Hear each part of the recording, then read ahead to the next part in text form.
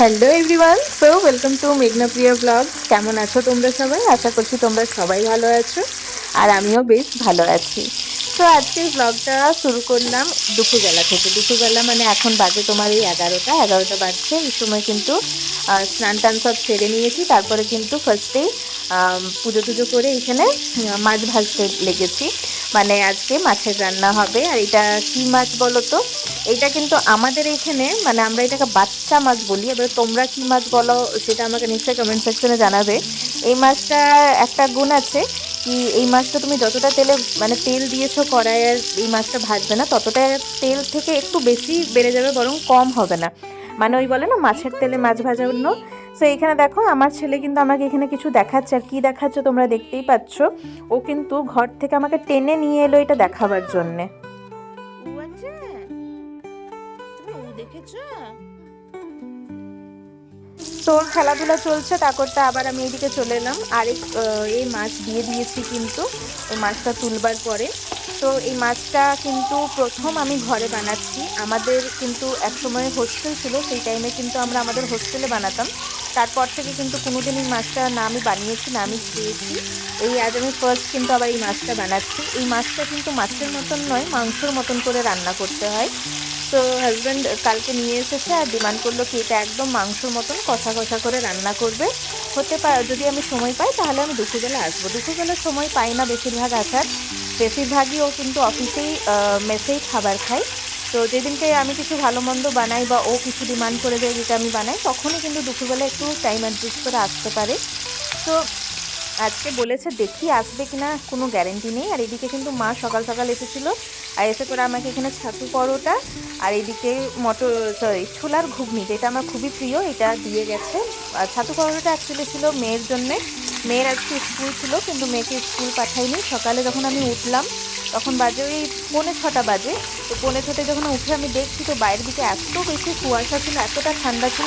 না, আজকে মেয়েকে স্কুল পাঠাবো না, বিকজ শ্যাম্পুতে করে স্কুল যায় আর ঠান্ডা লেগে যাবার কিন্তু খুব ভয় থাকে। এমনিতেই দেখছো পুরো তেল ছিটকে একদম যেন গায়ে চলে আসছে। এই মাছ ভাজতে কিন্তু আমার এইটাই ভয় লাগে। আরেকবার সেই ওই বছর বিপত্তারিণী পুজোর জন্য লুচি ছুটতে গিয়ে মানে ছাঁকাছুটি করতে গিয়ে আমি নিজের অ্যাক্সিডেন্ট করে ফেলি নিজের উপরে। তো এমন আমি লুচি ছেঁকেছিলাম যে পুরো মুখ আমার পুড়ে গেছিলো তেলের ছিটকাতে। আর পুরো আমার 1 থেকে 2 মান্থ লেগে গেছিলো এই দাগগুলো সরাতে। তো যাই হোক, কী বলছিলাম, হ্যাঁ, কি ঠান্ডাটা আজ এত বেশি ছিল তাই মেয়েকে স্কুল পাঠায়নি। আর খুব জলদি কিন্তু আমার ছেলে আর আমার মেয়ে দুজনাই কিন্তু খুব জলদি ওদের ঠান্ডাটা লেগে যায়। তো আমি সেই জন্য আর রেস্ট নিই না, আজ তোকে যেতে হবে না, কাল থেকে নাই যাবি। আর সামনে পরীক্ষা আসছে, কাল থেকে আমার পাঠাতেই হবে। তো আজ আর পাঠায়নি। তো ছাতুর পরোটাটা কিন্তু মা ওর জন্য এনেছিল, ঘুগনিটা আমার জন্য এনেছিল। কিন্তু কি ভাগ্য আমার, এতটাই লেট হয়ে গেছে কি আমি একটুখানি মুড়ি ঘুগনি মেখেও খেতে পারিনি। আমি এখানে মাছ ভাজাটা কমপ্লিট করে নিচ্ছি। বিশেষ কিছু করব না, আমাদের জন্য করব মাছের ঝোল। মানে ঝোল না, মাছটা মাখা মাখা করে বানাবো আর ভাত আর অয়নের একটা আলাদা খাবার বানাবো। আর আমি কিছুই করব না, বিকজ আজ একটুখানি লেট হয়ে গেছে। এদিকে বেগুন ভর্তা বানিয়েছিলাম, দেখতেই পাচ্ছ, এটা কিন্তু এই কাজের বইয়ের জন্য বানিয়েছিলাম। ভাতটা এখন জলটা গরম হতে দিয়ে দিলাম।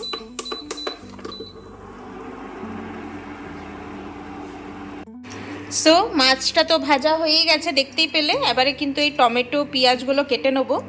মশলা পেস্ট অলরেডি করে নিয়েছি।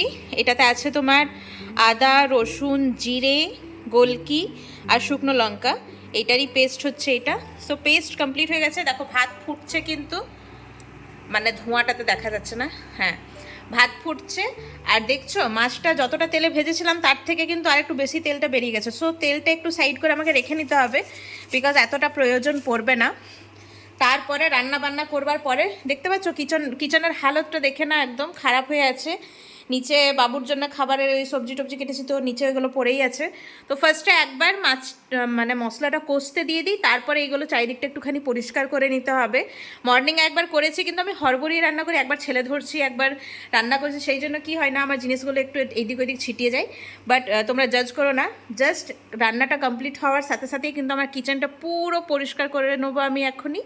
আর ছেলেমেয়েরা গেছে বাইরে খেলতে। সো আগে চলো টমেটো আর পেঁয়াজটা কেটে নিই।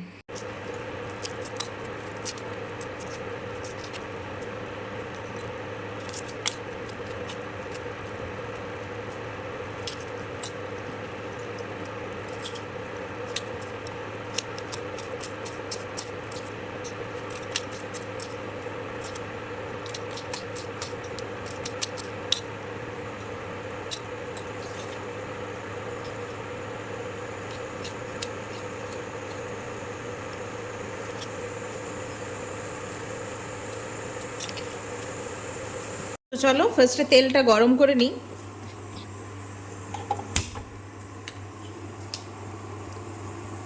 আর কিছুই করব না, শুধু হবে মাছের তরকারি হবে আর ভাত। এখানে ছেলের খাবার অলরেডি ফুটছে। সো কালকে খাওয়াটা অনেক বেশি হেভি হয়ে গেছে, তাই শুধু মাছ হবে আর কিচ্ছু না।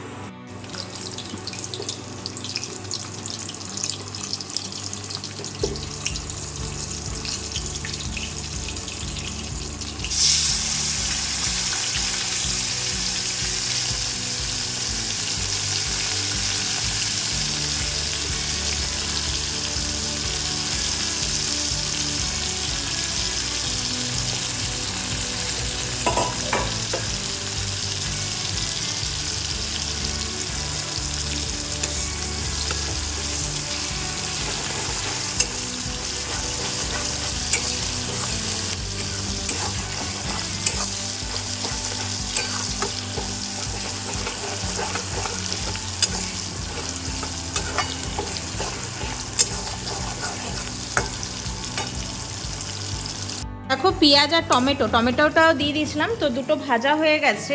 এখানে ঝুড়িটা একটু খালি করব, কেন কি অনেক কিছু এজাল বেজাল আমি ভরে রেখেছি যেমন তাই। এটা একটু পরিষ্কার করতে হবে, প্লাস্টিক সমেত ভরে ভরে রেখে দিয়েছি। তার আগে কিন্তু মশলাটা একটুখানি দিয়ে দিই, তারপরে কিন্তু একটু ঝুড়িটা পরিষ্কার করতে হবে।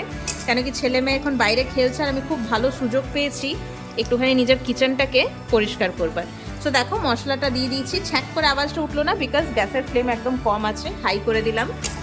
এইদিকে দেখো মশলাটা দিয়ে কিন্তু এখন আমি কম আঁচেই রেখে দেবো, কি এটা ভালোভাবে একটুখানি কী হয়ে যাক, কষিয়ে যাক।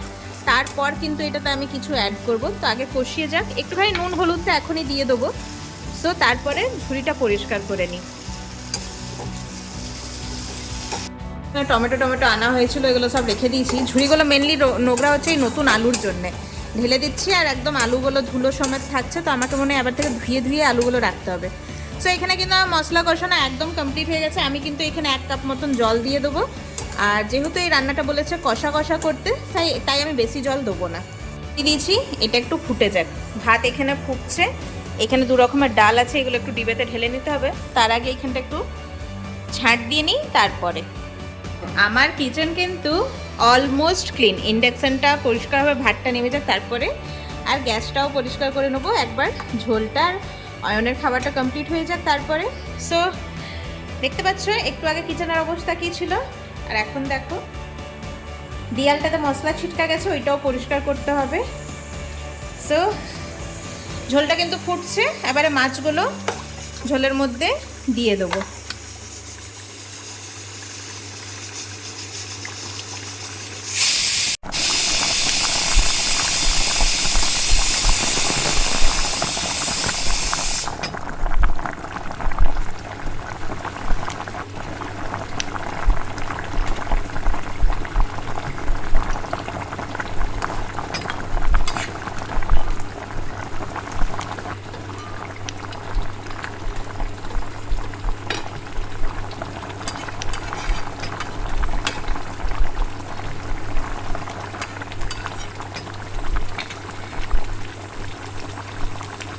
সো মাছ রান্না কমপ্লিট। এবারে কিন্তু কেটে রাখা ধনেপাতাগুলো একটুখানি ছিটিয়ে পরে এটা ঢাকা দিয়ে রেখে দেবো।